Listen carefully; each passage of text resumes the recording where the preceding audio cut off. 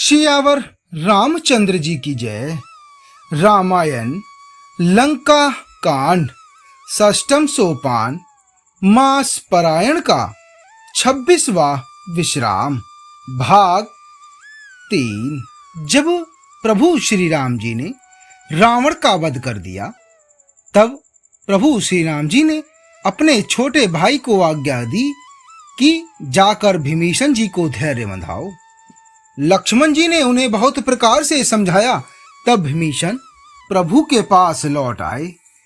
प्रभु ने उनको कृपा पूर्ण दृष्टि से देखा और कहा कि सब शोक त्याग कर रावण की अंत्येष्टि क्रिया करो।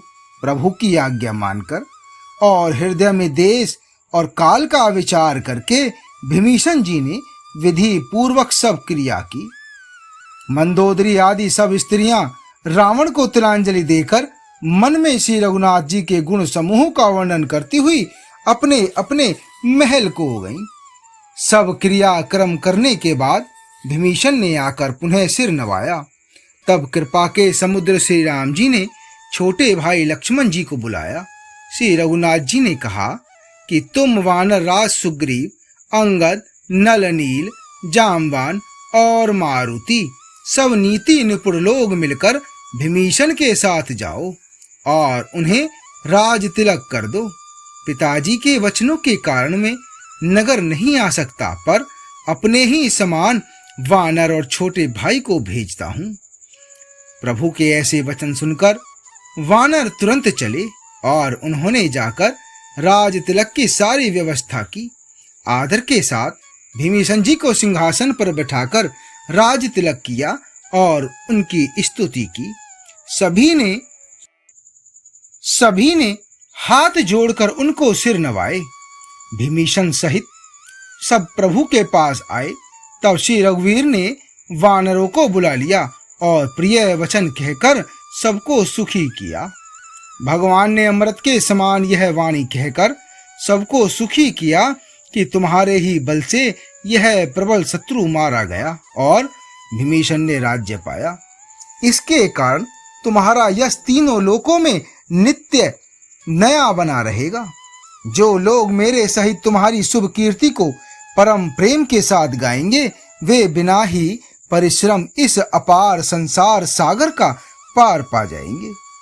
प्रभु के वचन कानों से सुनकर वानर समूह तृप्त नहीं होते। वे सब बार बार सिर नवाते हैं और चरण कमलों को पकड़ते हैं।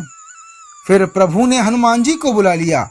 भगवान ने कहा कि तुम लंका जाओ, जानकी को सब समाचार सुनाओ और उसका कुशल समाचार लेकर तुम चले आओ। तब हनुमान जी नगर में आए। यह सुनकर राक्षसी उनके सत्कार के लिए दौड़े।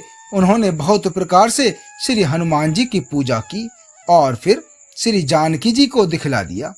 हनुमान जी ने माता सीता जी को दूर से ही प्रणाम किया। जानकी जी ने पहचान लिया कि यह वही श्री रघुनाथ जी का दूत है और पूछा कि हे तात, कहो कृपा के धाम मेरे प्रभु छोटे भाई और वानरों की सेना सहित कुशल से तो हैं।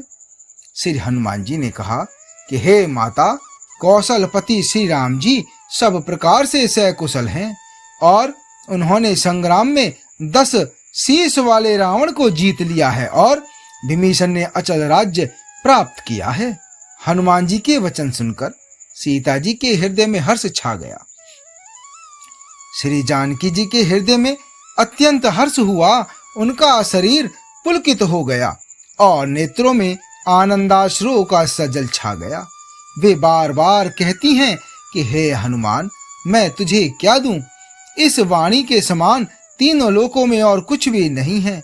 हनुमान जी ने कहा कि हे माता, सुनिए, मैंने आज निसंदेह सारे जगत का राज्य पा लिया। जो मैं रण में शत्रु सेना को जीतकर भाई सहित निर्विकार श्री राम जी को देख रहा हूँ। जानकी जी ने कहा कि हे पुत्र, सुन, समस्त सद्गुण तेरे हृदय में बसे और हे हनुमान, शेष लक्ष्मण जी सहित कौशलपति प्रभु सदा तुझ पर प्रसन्न रहें। हे तात, अब तुम वही उपाय करो जिससे मैं इन नेत्रों से प्रभु के कोमल श्याम शरीर के दर्शन करूं। तब श्री रामचंद्र जी के पास जाकर हनुमान जी ने जानकी जी का कुशल समाचार सुनाया। सूर्य कुलभूषण श्री राम जी ने संदेश सुनकर युवराज अंगद और विभीषण को बुला लिया और कहा कि हे पवन पुत्र हनुमान के साथ जाओ और जानकी को आदर के साथ ले आओ। वे सब शीघ्र ही वहां गए जहां माता सीता जी थीं। सबकी सब राक्षसियां नम्रता पूर्वक उनकी सेवा कर रही थीं। विभीषण जी ने शीघ्र ही उन लोगों को समझा दिया।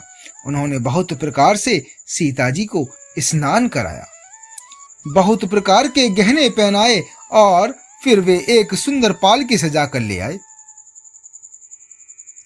सीता जी प्रसन्न होकर सुख के धाम प्रियतम श्री राम जी का स्मरण करके उस पर हर्ष के साथ चढ़ी।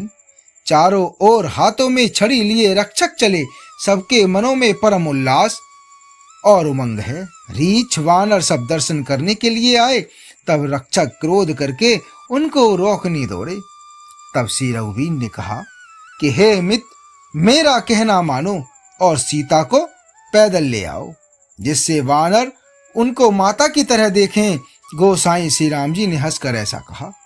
प्रभु के वचन सुनकर रीछ वानर हर्षित हो गए। आकाश से देवताओं ने बहुत से फूल बरसाए। सीता जी के असली स्वरूप को पहले अग्नि में रखा था, अब भीतर के साक्षी भगवान उनको प्रकट करना चाहते हैं। इसी कारण करुणा के भंडार श्री राम जी ने लीला से कुछ बड़े कड़े वचन कहे, जिन्हें सुनकर सब राक्षसियां विषाद करने लगी।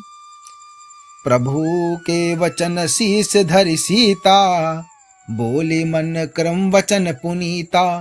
लक्ष्मण हो धर्म के नेगी, पावक प्रगट करहु तुम वेगी। प्रभु के वचनों को सिर चढ़ाकर मन वचन और कर्म से पवित्र श्री सीता जी बोली कि हे लक्ष्मण, तुम मेरे धर्म के नेगी अर्थात धर्माचरण में सहायक बनो और शीघ्र ही अग्नि तैयार करो। श्री सीता जी के विरह विवेक, धर्म और नीति से सनी हुई वाणी सुनकर लक्ष्मण जी के नेत्रों में विषाद के आंसुओं का जल भराया। वे दोनों हाथ जोड़े खड़े रहे। वे भी प्रभु से कुछ कह नहीं सकते। फिर श्री राम जी का रुख देखकर लक्ष्मण जी दौड़े और अग्नि तैयार करके बहुत सी लकड़ियां ले आए। अग्नि को खूब बड़ी हुई देखकर जानकी जी के हृदय में हर्ष हुआ। उन्हें भय कुछ भी नहीं हुआ।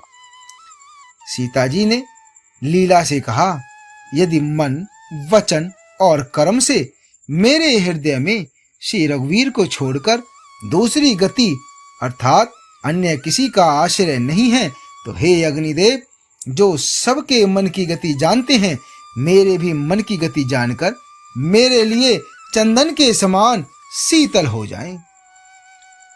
प्रभु श्री राम जी का स्मरण करके और जिनके चरण महादेव जी के द्वारा वंदित हैं तथा जिनमें सीता जी की अत्यंत विशुद्ध प्रीति है, उन कौशलपति की जय बोलकर जानकी जी ने चंदन के समान शीतल हुई अग्नि में प्रवेश किया। प्रतिबिंब श्री सीता जी की छाया मूर्ति और उनका लौकिक कलंक प्रचंड अग्नि में जल गया। प्रभु के इन चरित्र को किसी ने नहीं जाना। देवता, सिद्ध और मुनि सब आकाश में खड़े देखते हैं। तब अग्नि ने शरीर धारण करके वेदों में और जगत में प्रसिद्ध वास्तविक श्री सीता जी का हाथ पकड़ उन्हें श्री राम जी को वैसे ही समर्पित किया जैसे क्षीर सागर ने विष्णु भगवान को लक्ष्मी समर्पित की थी। वे सीता जी श्री रामचंद्र जी के वाम भाग में विराजित हुई। उनकी उत्तम शोभा अत्यंत ही सुंदर है, मानो नए खिले हुए नीले कमल के पास सोने के कमल की कली सुशोभित हो। देवता हर्षित होकर फूल बरसाने लगे, आकाश में डंके बजने लगे, किन्नर गाने लगे, विमानों पर चढ़ी अप्सराएं नाचने लगी। श्री जानकी जी सहित प्रभु श्री रामचंद्र जी को अपरिमित और अपार शोभा देखकर रीछ वानर हर्षित हो गए और सुख के सार श्री रघुनाथ जी की जय बोलने लगे। तब श्री रघुनाथ जी की आज्ञा पाकर इंद्र का सारथी मातले चरणों में सिर नवाकर रथ लेकर चला। तदनंतर सदा के स्वार्थी देवता आए। वे ऐसे वचन कह रहे हैं मानो बड़े परमार्थी हों।